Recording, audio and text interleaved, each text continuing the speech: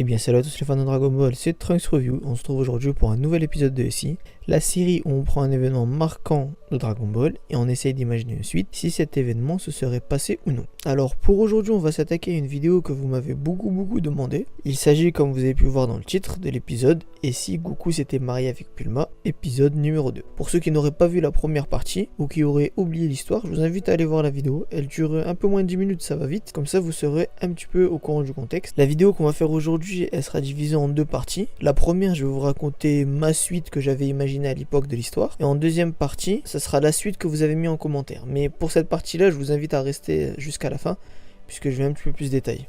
Donc après cette assez longue introduction, on peut enfin commencer. Alors pour la suite que j'avais imaginée, on s'était arrêté dans l'histoire avec un Gohan seul, car tous les amis ont été tués par les cyborgs, mais il avait en sa possession une machine à voyager dans le temps, faite par sa mère Bulma, et d'un côté il y avait aussi Vegeta qui était à la tête de l'armée de Fruto, l'ex-armée de Freezer. Alors donc on rentre directement dans l'histoire. Avant de vouloir partir dans le passé, Gohan pense demander de l'aide à Vegeta. Mais d'un côté il préfère pas, puisqu'il n'a pas oublié le fait que indirectement c'est un peu à cause de lui que la situation elle est comme ça aujourd'hui. S'il n'était pas venu tuer son père et tuer ses amis à l'époque, ça se serait pas passé comme ça. Donc c'est pas si grave pour Gohan, il va pas aller le voir, il se dit bon au moins il me reste la machine à monter dans le temps, ce qui va lui permettre peut-être de trouver une solution pour son monde. Et au pire des cas, sauver le passé. Et donc, il s'en va vers le passé. En arrivant là-bas, qu'est-ce qu'il va faire? Comme d'habitude, donner le médicament à Goku et va prévenir tout le monde à l'arrivée des cyborgs. Et avant de partir, il va demander à son père s'il est possible qu'il s'entraîne avec lui. Car souvenez-vous, malgré le fait que Gohan a atteint le stade de Super Saiyan super tôt, il n'a jamais eu de vrai compagnon d'entraînement. Et Goku, il va accepter. Et ils vont s'entraîner dans ce fameux endroit qu'on connaît tous, la salle de l'esprit et du temps. De cette année d'entraînement, il y a deux points majeurs qui sortent. La première, c'est que Gohan a enfin réussi à débloquer le Super Saiyajin 2, ce qui va lui permettre de pouvoir se battre contre les cyborgs, et ce qui a aussi permis, pour le deuxième point, que Goku puisse lui maîtriser le Super Saiyajin Full Power.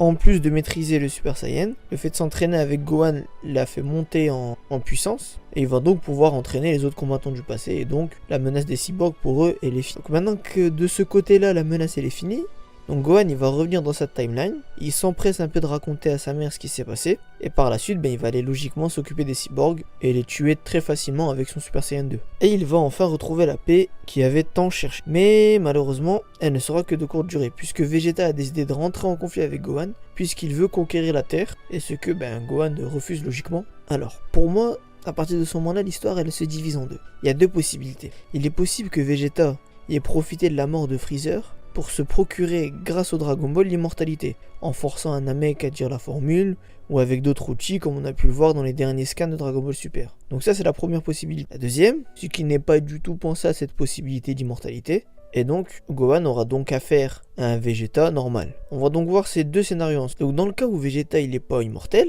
il arrive sur Terre en pensant naïvement que Gohan d'une part ne va pas tenter de s'opposer à lui, et son armée, et d'autre part que Gohan, au niveau il est pas si ouf que ça. Il pense qu'il est à peu près comme lui, comme il avait laissé à l'époque au niveau Super Saiyan. Entre temps Vegeta aussi s'est un petit peu entraîné, mais pas tant que ça. Donc il se dit ça va être juste une formalité ce Gohan là, je vais réussir à le vaincre. Mais il a faux sur toute la ligne, puisque Gohan a amplement maîtrisé le Super Saiyan 2, il va donc une nouvelle fois éradiquer cette menace qui est Vegeta, et il va le tuer. Son armée, en voyant leur chef se faire tuer, ils décident quant à eux de s'enfuir, il n'y a donc plus personne pour déranger Gohan. Donc ça c'est l'histoire quand Vegeta n'est pas immortel, et maintenant pour l'autre partie, on va voir dans le cas où il est immortel. Alors, donc avant d'arriver sur Terre, Vegeta, il a déjà commencé à envahir des planètes, tuer des populations, bref, il faisait régner un peu la terreur, tout comme le fait Freezer, et voire même un petit peu plus vu qu'il est immortel. Il arrive donc sur Terre avec son armée, et il commence à l'envahir. Donc Gohan, il est vite au courant de cette information, mais malheureusement pour lui, il ne sait pas que Vegeta, il est immortel. Pour lui, Gohan, il a atteint le SSJ2, il se dit bon, je vais aller me battre avec lui, il y a peut-être possibilité. Donc il va essayer de le stopper durant un long combat, mais ça va servir à rien. Et au moment où Vegeta il compte achever Gohan, il y a Kaioshin qui apparaît, et il le transporte directement sur leur planète. Gohan il est un peu surpris, et Kaioshin il lui explique la situation, comme quoi Vegeta, le fait qu'il a commencé à envahir différentes planètes, voire même tout l'univers, il commence à devenir une menace. Et à l'heure actuelle, Gohan c'est l'un des seuls guerriers qui est assez fort pour le vaincre. Et donc Gohan ne doit pas mourir, il doit rester en vie. Cependant, le fait que si Kaioshin vient le sauver, ça change pas grand chose, puisque Vegeta il reste immortel de son côté. Pour cette raison, Kaioshin se dit bon, je vais tenter ma chance, je vais aller voir Whis pour demander si peut-être Beerus pourrait pas s'occuper de cette menace. Donc en arrivant sur la planète de Beerus, il n'y a que Whis pour les accueillir. Il leur dit que Beerus il est endormi et il risque pas de se réveiller de sitôt puisqu'il vient d'aller s'occuper il y a quelques années du père de Freezer qui lui aussi commençait à détruire trop de planètes. Et puis Whis il leur dit aussi que malgré le fait que Vegeta a envahi des planètes, il les détruit pas forcément, donc c'est pas une menace directe en fait, ça représente pas une grande menace pour quelqu'un comme Beerus. Malgré ça, Kaioshin et Gohan ils essayent d'insister auprès de Whis, et donc il leur dit la seule chose que je peux vous faire c'est de prendre Gohan comme disciple. Gohan logiquement il va accepter, il va donc rester quelques mois sur la planète de Beerus. Donc après cet entraînement, il va donc retourner chez Kaio. Il a quand même réussi à débloquer plusieurs transformations. Donc honnêtement, je pense que avec le potentiel qu'on lui connaît, il peut facilement aller jusqu'au SSJ Blue, c'est-à-dire SSJ2, SSJ3, SSJ God et SSJ Blue. Mais ça va pas changer grand-chose puisque Vegeta il est immortel. Donc il a beau vouloir le battre, ça sert à rien pour lui de retourner sur Terre maintenant. Et donc il n'a pas vraiment de solution.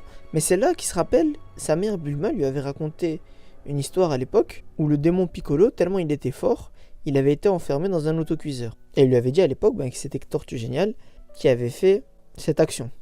Et donc il va aller s'empresser, puisque Tortue Géniale est mort, il va aller s'empresser à aller chercher dans le monde des morts, il le ramène, et durant quelques semaines, il va lui apprendre la technique du Mafuba. Comme ça, il peut bien la maîtriser. Et il va aller directement sur Terre, avec cette technique en poche, et donc il va aller combattre Vegeta. Cette fois-ci, il y a une chance pour qu'il gagne.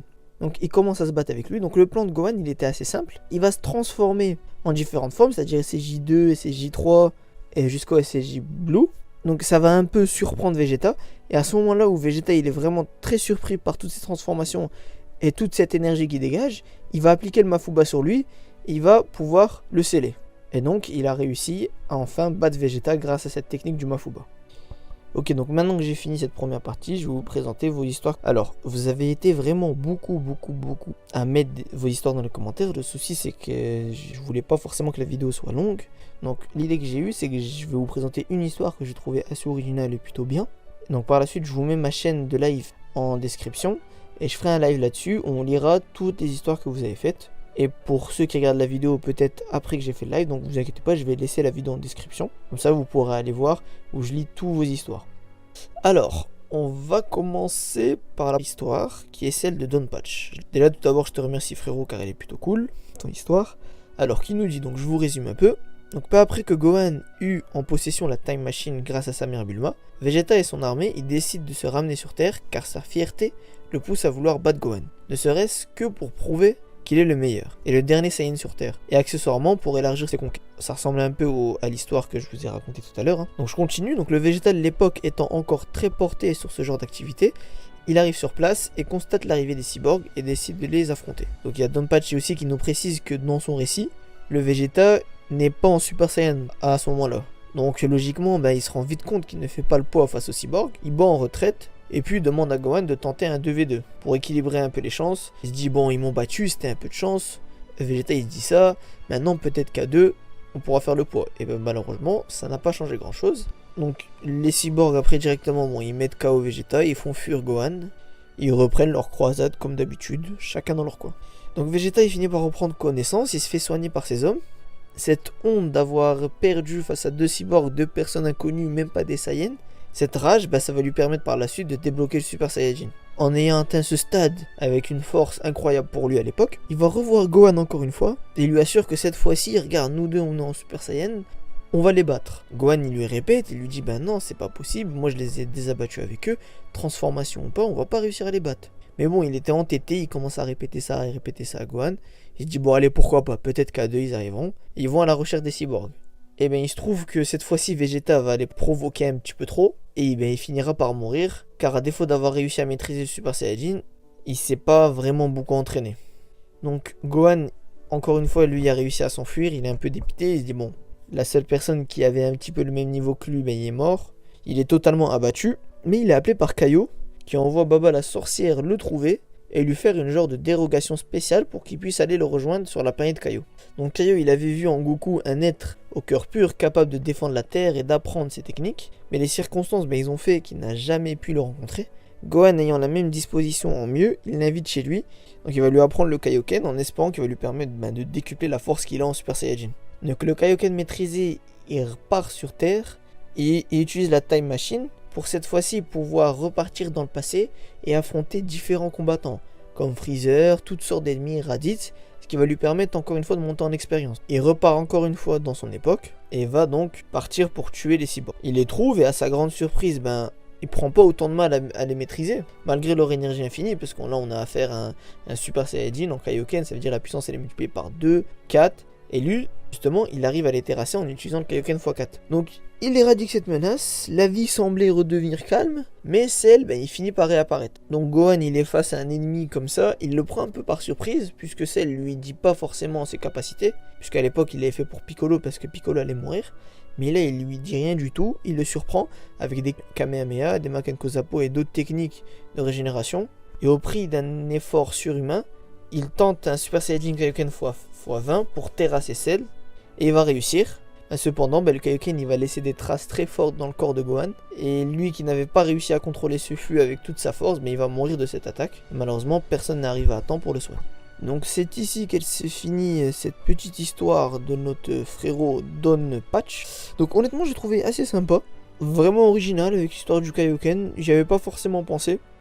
Sauf que la fin je trouve un peu que, pour moi, si Gohan a réussi à battre les cyborgs avec le Kaioken, je pense que malgré le fait qu'il prend en surprise, il peut facilement battre Cell première fois. En tout cas n'hésitez pas à donner votre avis sur cette histoire en commentaire, mais s'il vous plaît, restez un petit peu respectueux.